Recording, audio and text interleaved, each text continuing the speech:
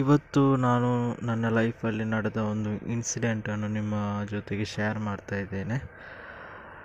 ನಾನೊಂದು ಕೆಲಸಕ್ಕೆ ಅಂತ ಡೆಲ್ಲಿಗೆ ಹೋಗಿದ್ದೆ. ಅಲ್ಲಿ ನನಗೆ ಸ್ವಲ್ಪ ಫ್ರೆಂಡ್ಸ್ ಆದರು, ಅಲ್ಲಿ ಹಿಂದಿ ಮಾತಾಡುವವರು ಸ್ವಲ್ಪ ಫ್ರೆಂಡ್ಸ್ ಆದರು. ಹಾಗೆ ನಾನು ಅವರ ಜೊತೆಗೆ ಹಿಂದಿ ಕಲಿತೆ. ನನಗೆ ಫಸ್ಟ್ ಹಿಂದಿ ಗೊತ್ತಿರಲಿಲ್ಲ ಅಷ್ಟು, ಅದಕ್ಕೆ ನಾನು ಅವರ ಜೊತೆಗೆ ಹಿಂದಿ ಕಲಿತೆ. ಅದರ ನಂತರ ಅವರು ಕೂಡ ಒಂದು ಯೂಟ್ಯೂಬ್ ಮಾಡ್ತಾಯಿದ್ರು ನೋಡಿ ಹಿಂದಿಯಲ್ಲಿ. ಈಗ ಅವರು ಹಿಂದಿಯಲ್ಲಿ ಪಾಡ್ಕಾಸ್ಟ್ ಚಾನಲನ್ನು ಮಾಡ್ತಾಯಿದ್ದಾರೆ ಫ್ರೆಂಡ್ಸ್ ಆಗಿ. ತುಂಬ ಫೇಮಸ್ ಪಾಡ್ಕಾಸ್ಟ್. ಈಗ ನನ್ನ ಹತ್ರ ಹೆಸರು ಈಗ ಹೇಳೋದಿಲ್ಲ, ಸಕ್ಸಸ್ ಆದಮೇಲೆ ನಾನು ಹೇಳ್ತೇನೆ. ಈಗ ನನಗೆ ಒಂದು 100K ಆದರೂ ರೀಚ್ ಮಾಡಬೇಕು, ಅಲ್ಲದೆ ನಾನು ಈಗ ಹೇಳೋದಿಲ್ಲ ಅದು.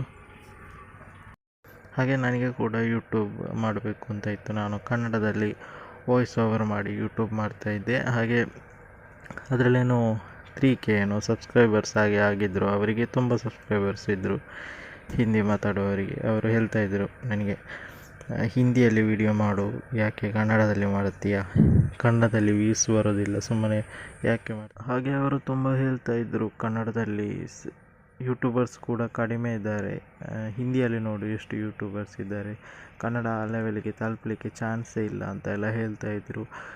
ನನಗಿದು ಸ್ವಲ್ಪ ಕೋಪ ಬಂತು, ಆದರೂ ಕೂಡ ನಾನು ಕನ್ನಡದಲ್ಲೇ ವಿಡಿಯೋ ಮಾಡ್ತಾಯಿದ್ದೆ. ಅದರ ನಂತರ ನಾನು ಅಲ್ಲಿಂದ ಜಾಬ್ ಬಿಟ್ಟು ಬಂದು ಇಲ್ಲಿ ಯೂಟ್ಯೂಬ್ ಮಾಡಬೇಕು ಅಂತ ಅಂದ್ಕೊಳ್ತಾ ಇದ್ದೆ. ನಾನೇನೋ ಅದು ಸ್ವಲ್ಪ ತಲೆ ಬಿಸಿಯಲ್ಲಿ ನಾನು ಆ ಚಾನಲನ್ನು ಕೂಡ ಡಿಲೀಟ್ ಮಾಡಿದ. ಇದೇ ಇಲ್ಲ ನನ್ನ ಹತ್ರ ಈಗ, ಏನೋ ಇಮೇಲ್ ಏನೋ ಇದೆಯಲ್ಲ ಅದೇ ಇಲ್ಲ ನನ್ನ ಹತ್ರ ಈಗ. ಹಾಗೆ ನಾನು ಹೊಸ ಚಾನಲನ್ನು ಸ್ಟಾರ್ಟ್ ಮಾಡಿದ್ದೇನೆ. ನೀವು ಯಾರ್ಯಾರು ಈ ವಿಡಿಯೋ ನೋಡ್ತಾ ಇದ್ದೀರಿ ಎಲ್ಲರೂ ನೀವು ಯೂಟ್ಯೂಬ್ ಚಾನಲನ್ನು ಸ್ಟಾರ್ಟ್ ಮಾಡಿ. ನೀವು ಕೆಲಸ ಮಾಡಿ ಬಂದು ರಾತ್ರಿ ಆದರೂ ಏನಾದರೂ ಒಂದು ಶಾರ್ಟ್ ವಿಡಿಯೋ ಏನಾದರೂ ಹಾಕ್ತಾಯಿರಿ. ಯೂಟ್ಯೂಬರ್ಸ್ ಹೆಚ್ಚಾಗಲಿ ಕನ್ನಡದಲ್ಲಿ. ನಮಗೆ ಬೇರೆಯವರು ನೋಡಿ ನಮ್ಮನ್ನು ಕಾಮಿಡಿ ಮಾಡುವ ಹಾಗೆ ಇರಬಾರ್ದಲ್ವ. ಸೊ ಈ ವಿಡಿಯೋ ನಿಮಗೆ ಇಷ್ಟ ಆದರೆ ಲೈಕ್ ಮಾಡಿ, ಹಾಗೆ ಕಮೆಂಟ್ ಮಾಡಿ ನಿಮ್ಮ ಅಭಿಪ್ರಾಯವನ್ನು.